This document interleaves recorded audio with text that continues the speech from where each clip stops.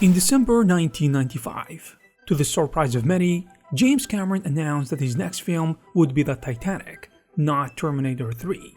But there was a problem. Actually, many problems. Producing a ship of that scale would have been an impossible task, even for a director as ambitious as James Cameron. It would be astronomically expensive, needing a vast amount of materials and space, and it would be hard to achieve realism and authenticity, especially for the technology of the time, as well as logistical and deadline issues. So how did he manage to pull off such an impossible task? Because it seemed very real in the film.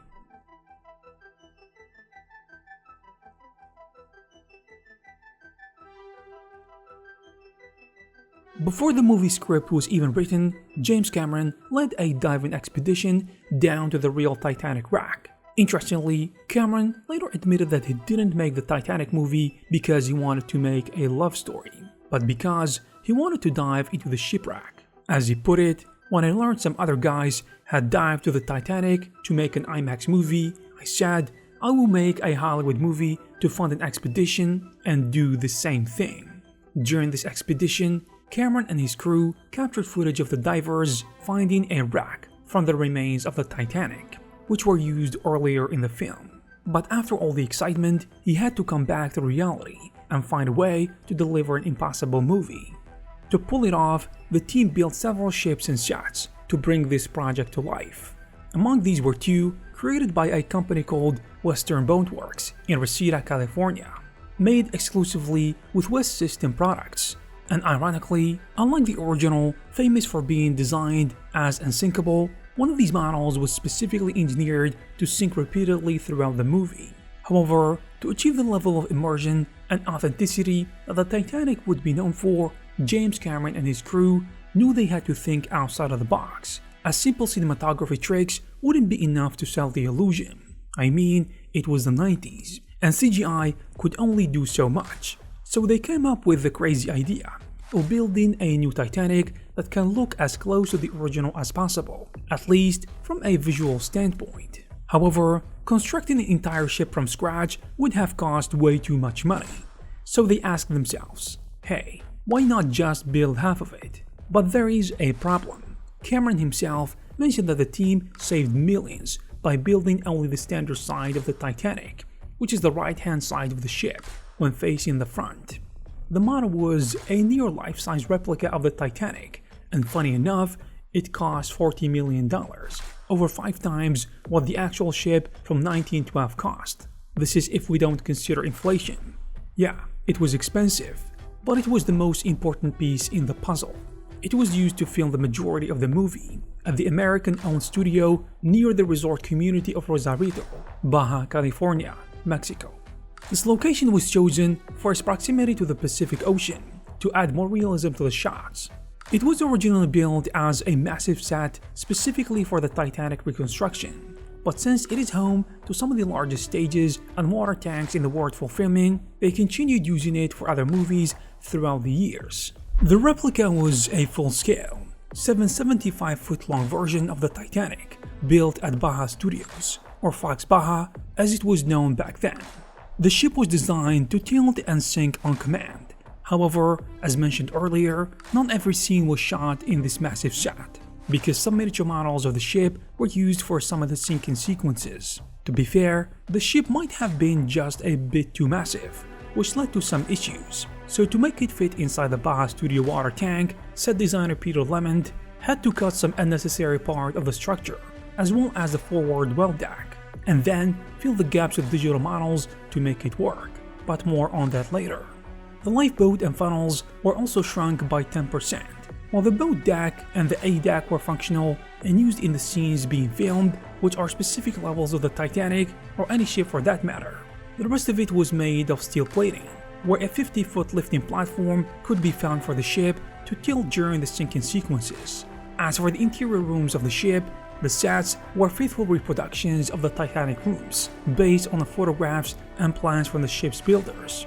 For example, the grand staircase, which was prominently featured in the film, was recreated to a high standard, though it was widened by 30% compared to the original, and reinforced with steel grinders.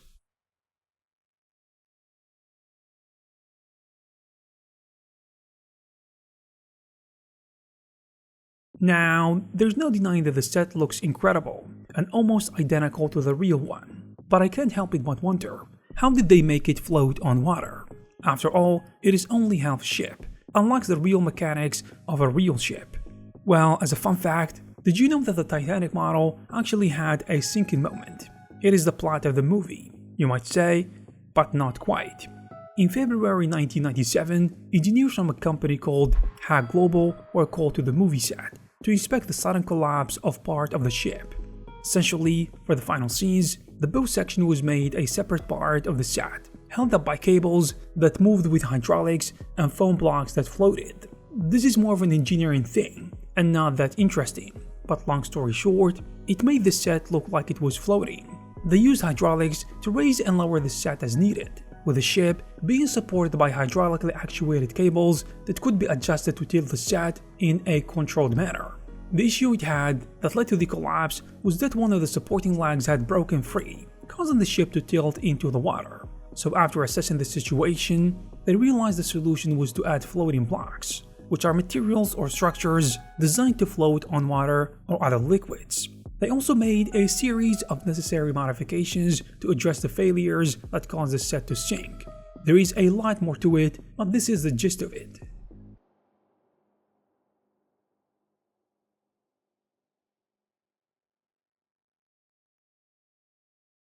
Another question some people might ask, if they only built half of the ship, where did the other half come from? It's a good question, and the answer to that is good old computer graphics and visual effects. Cameron stated that he had come up with a plan to pull it off, and the solution was basically mirroring the shots and then piecing them together when necessary. If there was a scene in the other half, he had to shoot it on the starboard side, then flip the film to create the mirror image. Naturally, it gave them a bit of brain teaser, trying to figure out how to cheat it so it would look just right. For example, all the elements of the shots featuring the Titanic as Southampton port had to be flipped to match the historical photos taken before the ship sank. In some other cases, Cameron had to have actors turn their hats around or use their opposite hand from previous shots to keep everything consistent. With all that in place, they got the core formula for the movie. It had brilliant actors, a visionary director, as well as a massive set, a realistic ship, and a sinking system. But there was still a challenge of making the ship sail and adding the finishing touches that would tie everything together. And this is where Digital Domain stepped in, to add to the experience of making the movie. And without this VFX studio, the film could have easily failed. Because in many ways, the Titanic is nothing short of a miracle, where countless of elements that could have easily clashed and burned given the technology of the time. Instead, it actually worked well together. Digital Domain in particular managed to create and composite hundreds of elements into the shots, including digital birds, computer-generated water, CG smoke, background buildings, and even the sky. They also filmed extras in parking lots against the green screen, so they could be later composited into the scenes. Yet, the most impressive achievement, in my view at least, is the use of motion capture technology and digital doubles, and the Titanic was one of the first movies ever to use this technology. As you may know, motion capture is the technique where real actors wear markers on their bodies to capture their movement and replicate them on 3D characters. With this, they were able to save lots of money by casting only a small number of human actors for close-up shots, while the computer generated hundreds of digital doubles to populate the background with crowds. However, what makes this fascinating is how visual effects supervisor Robert Legato recognized the value of motion capture as a tool rather than a solution in of itself, by giving direction and guiding actors instead of letting them move randomly, which generated a movie that we all saw. Until this date, it is one of the best movies ever made. And there you have it, guys. If you like this video, please give it a thumbs up. And if you want more, please subscribe to this channel to receive more videos like this. Thank you very much for watching, and I will see you in the next one.